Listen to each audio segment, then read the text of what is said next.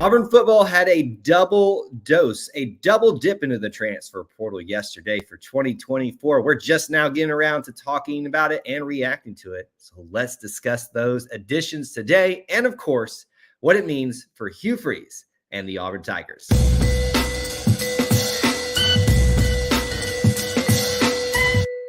War Eagle Auburn family and a special War Eagle, and welcome to those of you that consider yourselves part of the E2C Network family. Thank you so much for joining us, whether you're watching live, whether you're watching on the replay. We appreciate you being here, hanging out with us, spending some time being a part of our little family within the Auburn family. This is a reaction live stream, a little bit late, a day delayed from the big news of yesterday. Auburn adding two big transfer portal additions across technically the defensive line, one true defensive line, one edge position, if you want to call it that, has been added to the roster for the upcoming year. And we have got so much to talk about because we got to talk about two in one live stream. Traditionally, we only handle one in a particular live stream, but we're going to talk about both of those together with you today. Speaking of together, this is being done live. We'd love to hear you being a part of the conversation. So if you've got thoughts, comments, questions about this particular topic, don't be shy. Drop them in there live. If you're on the replay, obviously share your thoughts in the comments section too. And as always, smash the like button if you haven't done so already. Quick programming note. Obviously, I'm not in studio. I'm on the road today. We'll be back in studio more than likely late tonight. But tomorrow for our regular scheduled live stream. Thank you guys for your patience with the backdrop and probably some audio things as well. We just got to get this done because we got to talk about these things. I mean, 2 in 1 day was a huge get for the Auburn Tigers, and especially at positions of need. As Hugh Freeze pointed out, those two additions are Isaiah Raikes from technically Texas A&M and also technically USC, a defensive lineman, true interior defensive lineman, and then an edge rusher being added from Arkansas State and Keyron Crawford. Now, since we are double dipping today in this topic, reacting to two separate but somewhat connected events, we're going to have to kind of balance this out on how we talk about both of this. So how I figured we would do this, we would first talk about things to know about each of these guys, and then we'll move into the implications of what it means for Hugh Freeze and the Auburn Tigers. And they're pretty much connected. So it's not like we're talking about a quarterback transfer and then a punter or something like that, which I guess you could find connections all the way around if you wanted to. But this is much easier to talk about. Let's start with Isaiah Raikes. And I'm going to be honest with you. I don't think I'm saying anything out of the norm here.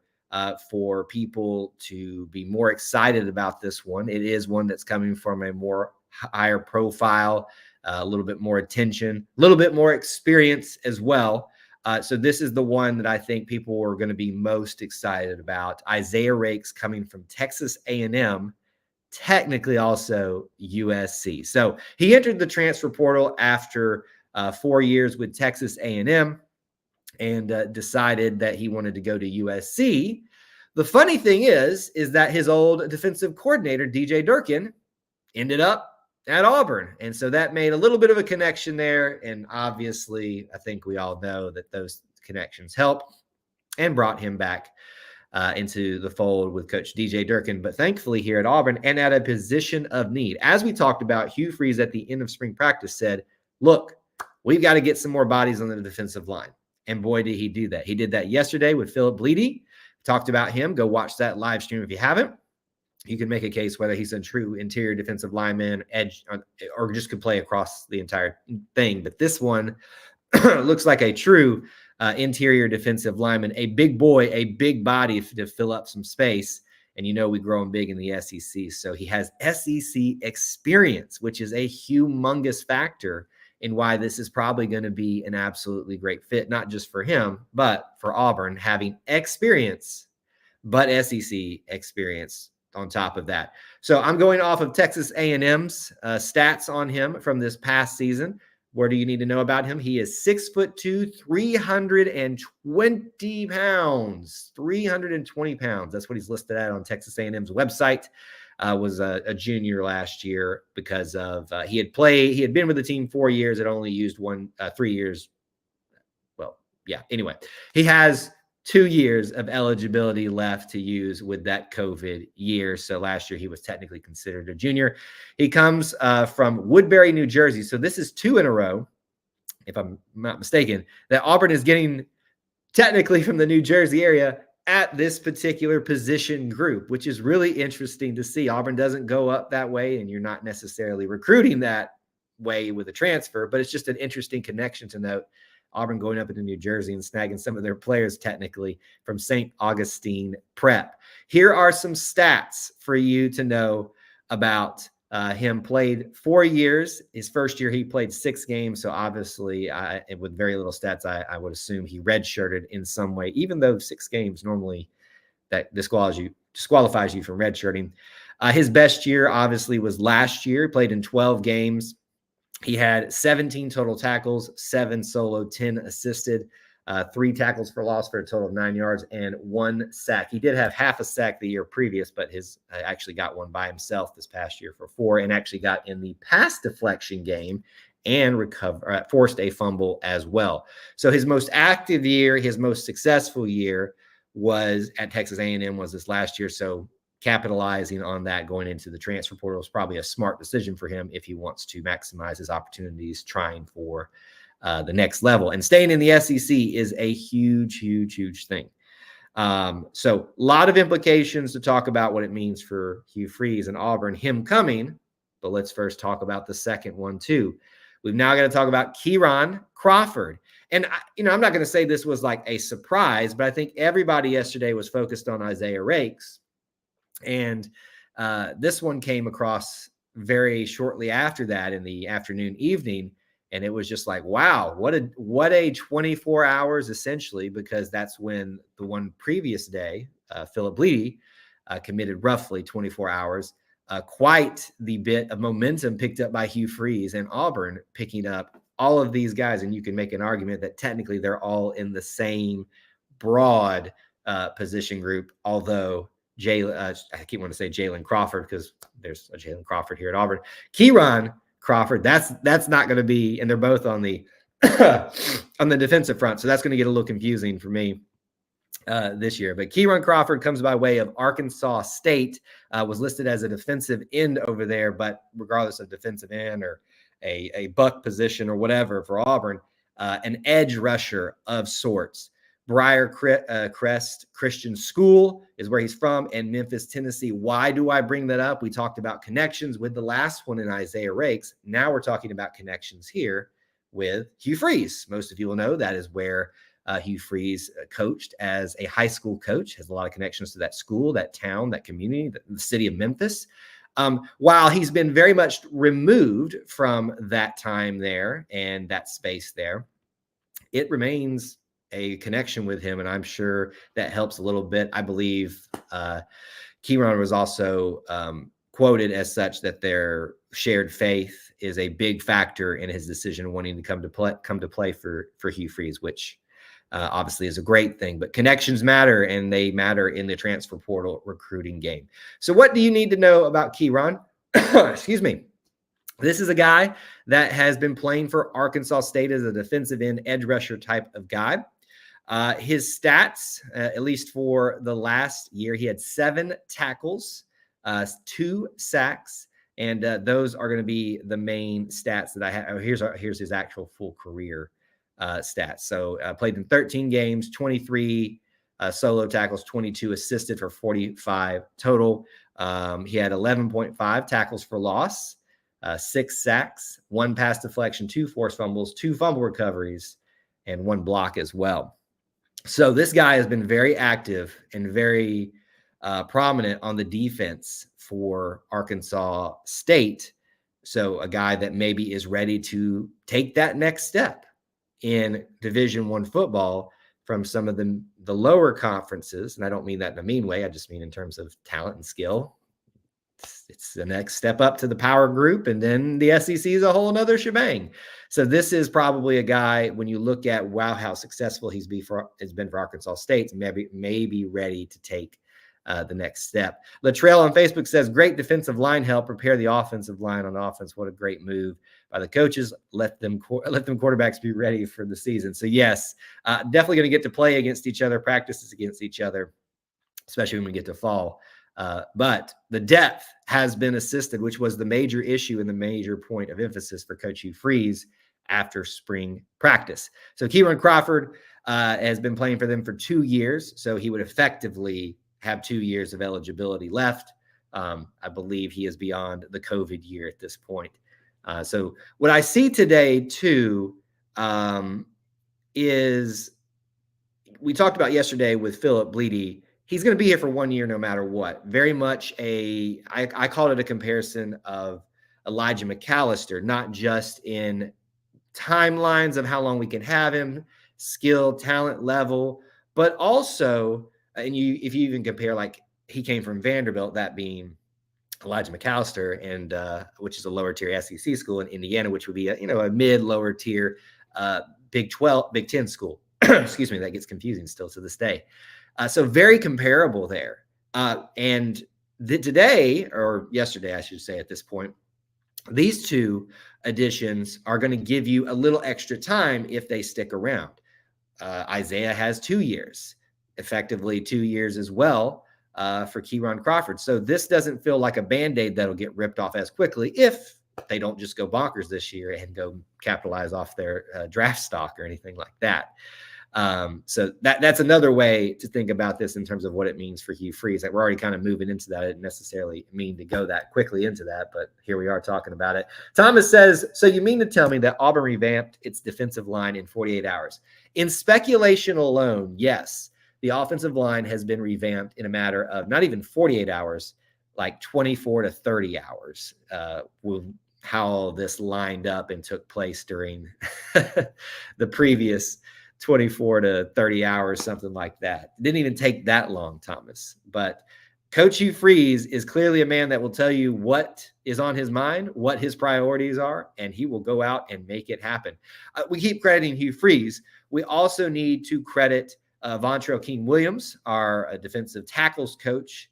I would also say Josh Aldridge, now edge rusher. He was our linebacker coach last year, but edge rusher position coach this year. Those two have probably done a lot of work this past week, getting those guys in for visits, those that came, and creating communication. DJ Durkin being involved with Raikes as well is a huge help there, but huge gets for defense. So let's keep talking about that, what it means. Oh, one thing I wanted to point out, I like talking about connections, storylines with this. And I like to make connections with what you as the Auburn family are familiar with. And I talked a lot about yesterday with 2 days ago now. God, the timelines for me are messed up with traveling. Philip Bleedy being an Elijah McAllister type of comparison. Again, these are just very broad comparisons, but I want to point this one out to you. Isaiah Raikes feels like to me very similar to Justin Rogers last year. Came in with limited, maybe only 1 year, and I think Justin could have stated if he wanted to, year of eligibility, but was highly regarded and highly sought after by a lot of people.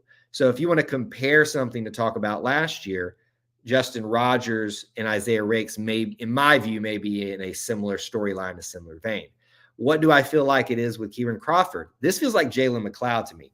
Talking about a guy that went bonkers at his school, which is in a smaller conference, not as much talent and all that kind of stuff, at least comparatively, right?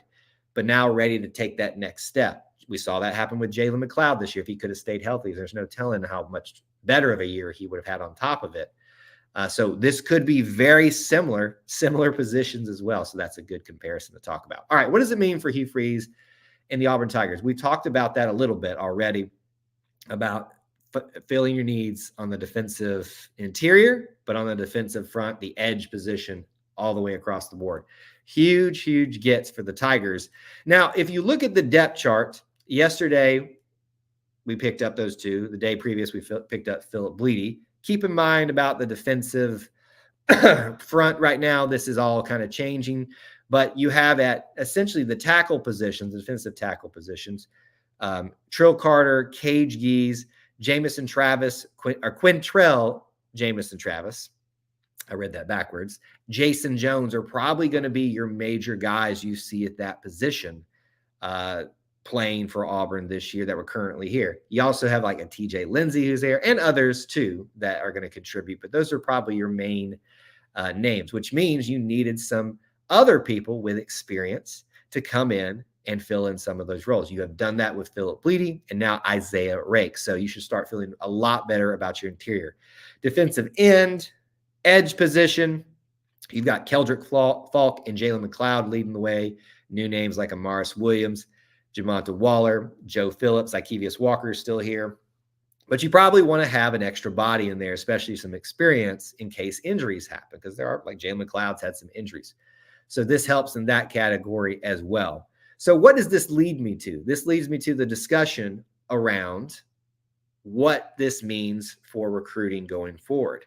I'm going to be honest with you. I didn't think we'd get our guys this quickly and this fast, but because think about this too. In the spring transfer portal, people are not as forced into quick decisions as they are in the winter portal opening up. They got to get into classes if they want to participate in spring practices and stuff like that. Here they don't. Some do start summer school, but some get here in the fall. Hopefully they can get here sooner and start practicing, participating with team and off-season events, workouts, things like that. But they're not really pressed for time. You know, our quarterback situation last year with Peyton Thorne, he didn't get here till late just for reasons. And obviously that hurt him in some sense. But this is a situation here where these guys weren't forced to make quick decisions, but yet they did. It goes to tell you the level of offerings that Auburn has for them across the board in terms of playing time, facilities, the feel of everything, but also the fact that these guys like what they saw in Auburn, but also the connections that they had there too. So that's a really cool part of this that's interesting to me, how quickly this happened. Does this mean we're done? I don't know. I honestly am still trying to wrap my head around that we got these guys so quickly and addressed the needs so fast. I wonder if there's still a spot available for someone who is maybe at the JUCO level, even small Division II football, that maybe is wanting to take a next step up who accepts the role to be clearly a deep depth player and start cutting their teeth at this level. But I don't really know or frankly expect, but I will say, as Trevon Reed always says, we ain't done yet. We ain't done yet. So many people excited about these guys. I would say that there's probably going to be some more transfers at other positions, but my goodness, the needs have been met and very quickly. All right. So I think we've covered the gist of what you need to know about these guys, the implications for Auburn's future this year, the recruiting and transfer portal for the rest of the year. Obviously, if there's something we haven't hit yet, I'd love for you to drop it in the comments, especially if you're watching live. We can hit those rapid fire at the end here, and we'll do some final thoughts and opinions about it. But let me remind you of what we got coming up. Again, thank you for your patience with the audio and the visuals of this stream. Being on the road is tough sometimes, but we're making it happen. But we'll be back in studio tomorrow night for our Auburn Family Night live call-in show. So please join us for that. Lots to talk about. We'll talk about some of this. We'll talk about, basketball roster stuff, anything and everything. We can get into anything that y'all want to discuss. It's our live call-in show. Don't miss it. 8 p.m. Eastern time tomorrow night. Back in studio. I'm excited to be back there. I would also tell you Sunday night, you can expect a stream as well for the Auburn Experience episode 75.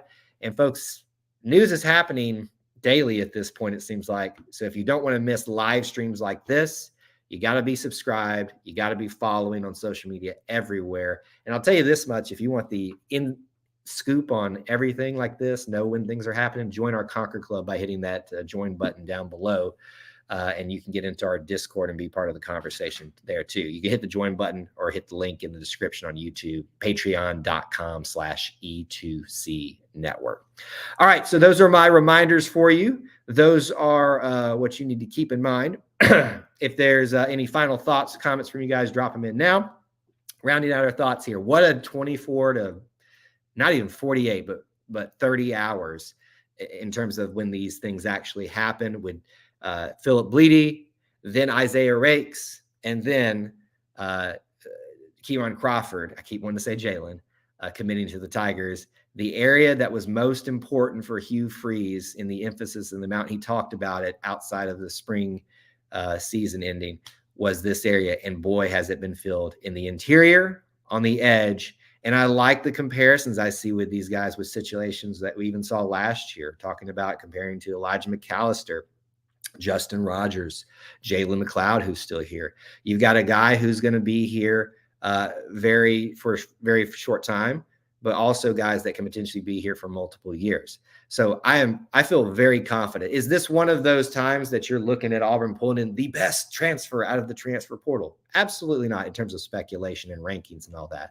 But what you're seeing is the needs being addressed and really good fits on paper seeming to happen. The defense should start to make you feel a lot more comfortable heading into summer now. So really excited to see what else they do in the transfer portal. We appreciate you guys tuning in with us. Those of you that are watching live, those of you on the replay, thank you for tuning in as well. And be sure to drop your comments in the comments section. Always enjoy getting together with you guys when we can. Thanks for joining me. And until we talk to you again, War Eagle.